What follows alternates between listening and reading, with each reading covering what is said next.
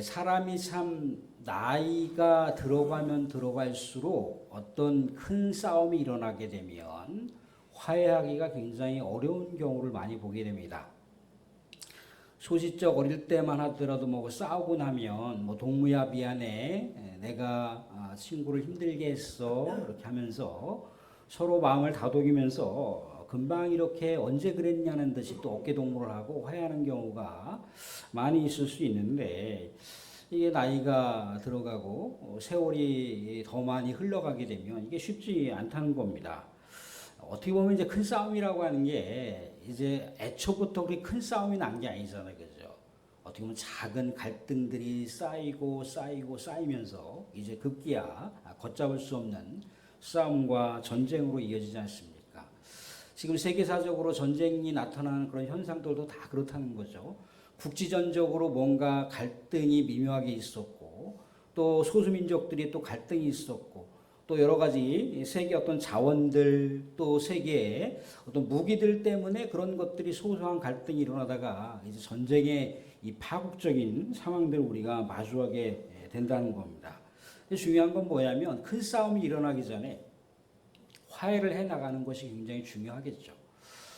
우리 성도들에게는 특히 어떤 전쟁을 방불케 하는 여러 가지 그런 모습들이 표출되기 전에 좋은 관계를 맺어가는 것, 또 소통을 해나가는 것, 또 화해를 해나가는 것이 굉장히 중요합니다.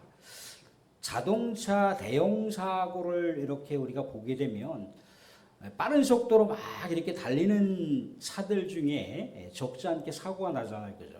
근데 빠른 속도로 달리다가 갑자기 이렇게 장애물들이 나타나게 되면 빠른 속도로 브레이크를 잡더라도 브레이크가 통제가 안 됩니다. 그래서 어떤 사고가 나기 이전에 앞차와의 거리 간격을 유지하기도 하고, 또 속도의 완급을 좀 조절하기도 하고, 또 브레이크를 적절하게 이제 밟아서 이제 어느 정도 사고가 나지 않도록 하는 게 굉장히 중요하겠죠. 근데 우리들도 이 세상 가운데 살아가다 보면 어떤 싸움과 또 갈등이 예상될 때 이것을 기민하게 그것을 대처해서 사전에 더 큰 싸움이 일어나지 않도록 화해의 길을 모색하는 것, 이것이 굉장히 중요한데 때로는 우리가 살아가다 보면 지혜가 부족할 수가 있습니다. 과연 이러할 때 우리는 어떻게 할 수 있을까? 오늘 우리가 읽게 되는 본문의 말씀 가운데도 이스라엘이 걷잡을 수 없는 전쟁의 상황들이 지금 나타나게 됐고, 이스라엘이 분열될 수밖에 없는 비극적인 상황을 마주하게 되는데 하나님께서 개입하셔서 극적으로 전쟁이 아닌 화해의 길로다가 인도하시는 장면을 볼 수가 있습니다. 르호봄이라고 하는 이스라엘의 왕정 시대에 12지파 중에 10지파가 반기를 들었습니다. 더 이상 우리가 르호보암 왕을 섬길 필요가 없다는 거죠. 그래서 이에 이제 르호보암이 분노가 이제 분기탱천해서 이 10지파를 완전히 진멸하려고 작정을 했습니다.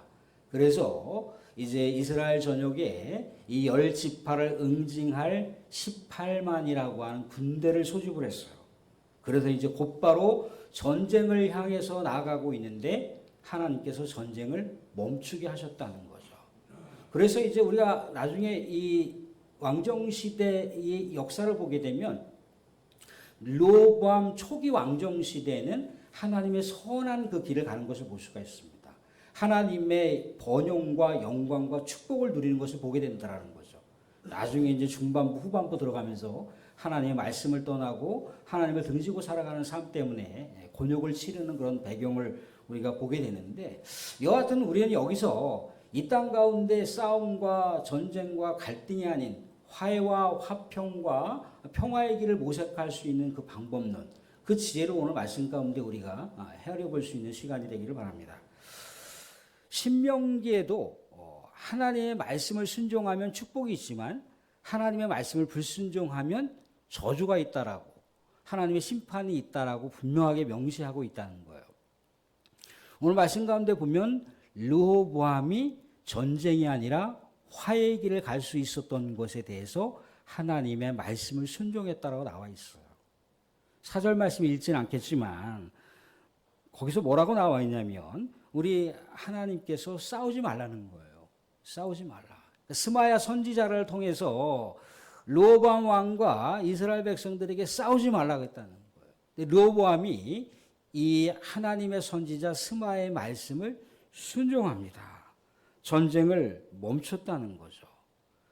근데 이 르호보암 왕은 하나님의 말씀을 전적으로 순종했지만 이스라엘 열 지파가 반기를 들게 했던 여로보암이라고 하는 또 이제 북이스라엘을 나중에 이제 형성하게 될 그 사람은 하나님의 말씀을 듣지 않습니다. 우상을 섬기게 되고 우리 하나님의 신실한 신앙과 고백을 왜곡된 길로다가 몰고 가요. 그래서 결국 북이스라엘은 하나님의 진노의 심판 가운데 놓여서 패망의 역사를 맞이하게 되는 것을 우리가 왕정기 시대 가운데 볼 수가 있다는 겁니다. 사랑하는 우리의 삶도 마찬가지라는 거죠. 우리가 이 세상 가운데 살아갈 때 어떤 싸움과 다툼의 상황 속에서 형제 간의 자매 간의 다툼과 싸움과 갈등의 상황을 우리가 직면하게 됐을 때 부모님을 떠올려 보세요. 부모님께서 과연 이 상황 가운데 아들들에게, 딸들에게 어떤 말씀을 하실까? 사랑하는 아버지가, 사랑하는 어머니가 살아계셨다면 어떤 말씀을 하실까? 하물며 한 걸음 더 나아가 전인격적으로 우리를 이 땅 가운데 영원히 축복하시기로, 영원히 사랑하시기로 작정하셨던 하나님께서는 과연 우리들에게 뭐라고 말씀하실까? 그것을 우리가 헤아려 보는 거죠. 화평케 하는 자는 복이 있나니, 화해를 추구하는 자는 축복이 있나니. 누구의 말씀입니까? 예수님께서 주옥과 같이 말씀하셨던 산상수훈의 말씀 아닙니까? 화해의 길을 간다라고 하는 것, 순종의 길을 간다라고 하는 것, 또한 싸움과 비극을 만들어내지 않고 진정으로 민족 화해의 길을 갈 수 있는 것, 하나님의 말씀 가운데 그 화해의 길이 있다는 겁니다. 사랑하는 사람들, 오늘 말씀 가운데 보면 르호보암이 싸움과 갈등을 사전에 막을 수 있었던 것에 대한 내용을 볼 수가 있습니다. 하나님이 뭐라고 얘기하시느냐면 너희 형제라고 얘기합니다. 너희 형제와 싸우지 말라는 거예요. 너희 형제. 사랑하는 사람들, 우리가 어떤 싸움이 일어나거나 어떤 특정한 대상들을 미워하는데 특정한 대상이 나하고 전혀 관계없는 사람들에게 어떤 서운한 마음을 갖습니까? 그 사람에게 미운 감정이 생길까요? 나하고 전혀 그동안 관계를 한 번도 하지 않은 미국 사람이 미움의 대상입니까? 아니면 저쪽 중동의 누구누구가 미움의 대상입니까? 그렇지 않죠. 나의 삶의 옆에서, 우리의 공동체 안에서, 또 내가 몸담고 있는 직장 가운데서 이런저런 삶의 상황 속에서 그 상대방의 여러 가지 모난 점들이 나타나기도 하고 그 모난 점들 때문에 내가 불이익을 당하기도 하고 그럴 때마다 내가 어떤 마음이 드나요? 상대방에 대해서 미운 감정이 든다 이겁니다. 그런데 분명한 건 뭐예요? 그 미운 감정이 드는 상대방도 하나님께서 전인격적으로 사랑하시는 존재라는 거죠. 그 영혼을 위해서 예수님께서 십자가에 못 박히셨다는 것. 어떻게 보면 형제들, 자매들의 어떤 그런 갈등의 양상을 비출 수밖에 없는 그런 대상들은 정말 원수만큼 밉지만, 원수만큼 정말 싫지만 그 대상은 어떤 대상이라고 합니까? 예수님께서도 원수를 선대하라고 나와 있어요. 그들을 위해서 기도하라고 나와 있다는 거죠. 과연 사랑하는 사람들, 내 주변에 있는 사람들이 나하고 갈등을 일으키거나 싸움을 일으키거나 그럴 때 정말 내가 그 영혼들을 위해서 마음속으로 품고 기도해 보신 적 있으실까요? 그 영혼들이 잘 되기를 정말 간절히 소망하시고 간절히 그들의 미래를 축복하신 적 있으실까요? 물론 그 전에 싸움이 일어나기 전에나 아니면 전쟁이 일어나기 전에는 얼마든지 격려를 해주고 좋은 말을 해주고 잘 되기를 축복하고 기원해 줬을지도 모르겠어요. 그런데 전쟁이 일어나거나 싸움이 일어나 갈등이 일어나게 되면 과연 그 사람을 위해서 우리가 얼마만큼 눈물로 기도할 수 있겠습니까? 그의 미래를 위해서, 그의 앞날을 위해서 우리가 걱정하며 아버지 하나님, 저도 우리 하나님의 사랑받는 존재니까 축복해 주십시오라고 우리가 얼마만큼 마음속으로 열렬히 기도하겠냐는 거예요. 역시 마찬가지로 그 영혼도 하나님께서 사랑하시는 영혼이고 내가 아무리 봐도 나는 잘못한 것이었고 상대방이 잘못한 것이라고 했을 때 또 역시 마찬가지로 우리 어머니라면, 우리 아버지라면, 우리의 영원한 아바 아버지라면 저 영혼을 어떻게 바라보실까? 미운 사람 떡 하나 더 주라고 오히려 그를 위해서 눈물로 기도하라고 하지 않겠습니까? 그도 역시 마찬가지로 기도의 대상이고 우리 하나님의 아픈 손가락 아니겠습니까? 전쟁의 상황, 또 싸움의 상황이 되었을 때, 갈등의 상황이 되었을 때 우리 자꾸 인간의 감정으로 몰고 가면 안 돼요. 왜? 우리가 고품격 인생인데 우리 하나님께서 피로 값주고 우리를 영원토록 영생을 주시기 위해서 세워주신 영혼이잖아요. 그죠? 우리를 정말 지명하여 부르시고 선택하셨던 영혼이잖아요. 그죠? 우리는 품격 있는 인생을 살아가야 됩니다. 그런데 그 영혼에게 내가 본때를 보여줄 거야. 내가 그 영혼을 찍어 눌러서 나에게 얻는 것이 무엇입니까? 그러면 내 영혼, 내 마음속은 편안할까요? 내 마음속도 지옥이 되는 거예요. 내가 상대방을 품지 못하고 상대방을 용서하지 못하면 내 마음도 지옥이 된다 이겁니다. 우리는 그대로 우리가 살아가는 삶의 형태에서 감정과 여러 가지 내 그 어떤 분노의 찌꺼기를 가지고 그 어떤 성질을 그대로 가지고 가게 되면 그러면 하나님께서 우리를 사랑하셨던 건 뭐고 예수님께서 십자가에 우리를 위해서 영원토록 우리의 제사함을 하셨던 그 놀라운 은혜의 사건은 뭐냐는 거죠. 우리는 우리 하나님의 사랑받는 거룩한 성도라는 거예요.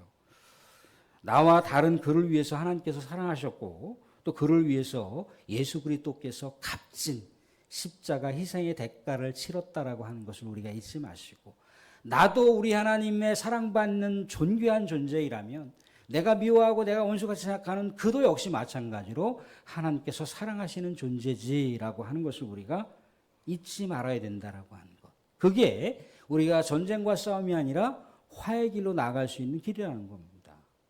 오늘 말씀 가운데 또 보면 싸움과 갈등의 국면이 있습니다. 그런데 내 싸움과 갈등의 국면에서 내 인생은 누구 것입니까? 내 인생은 나의 것이 아니라 내 인생은 우리 주님의 주권을 붙들고 살아가는 인생. 우리 주님의 섭리 가운데 살아가는 인생이라고 하는 걸 잊으시면 안 돼요. 오늘 말씀 가운데 4절에 이렇게 나와 있습니다. 4절 보시면 여호와께서 이같이 말씀하시기를 너희는 올라가지 말라. 너희 형제와 싸우지 말고 각기 집으로 돌아가라. 이 일이 내게로 말미암아 난 것이라 하셨다 하신지라. 우리 하나님께서 모든 상황을 펼치셨다는 거예요. 그렇기 때문에 하나님께로부터 모든 상황을 돌리라는 거예요. 하나님께 맡기라는 거예요. 하나님께 맡기게 됐을 때 우리 하나님의 주권을 고백하는 겁니다. 사랑하는 성도들, 하나님께 맡긴다라고 하는 건 뭐겠습니까?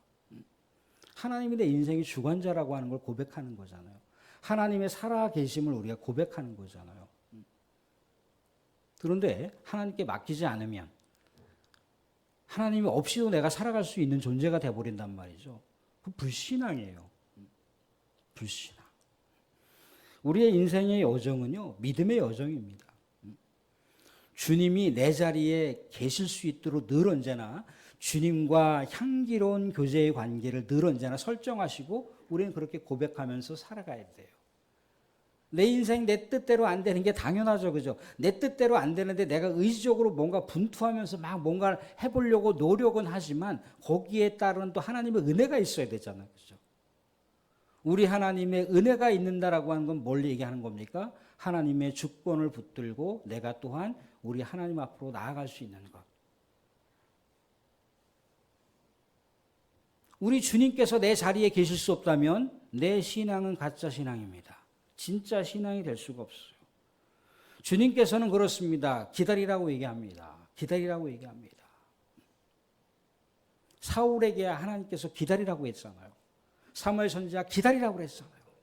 우리 사무엘 선지자를 통해서 하나님의 주권이 임할 것이고 이 전쟁을 이기게 할 거니까 기다리라 얘기합니다. 맡기고 기다리라고 얘기했는데 사울이 그러하지 못했잖아요. 하나님을 향해서 철저하게 불신앙의 태도를 보였다 이겁니다.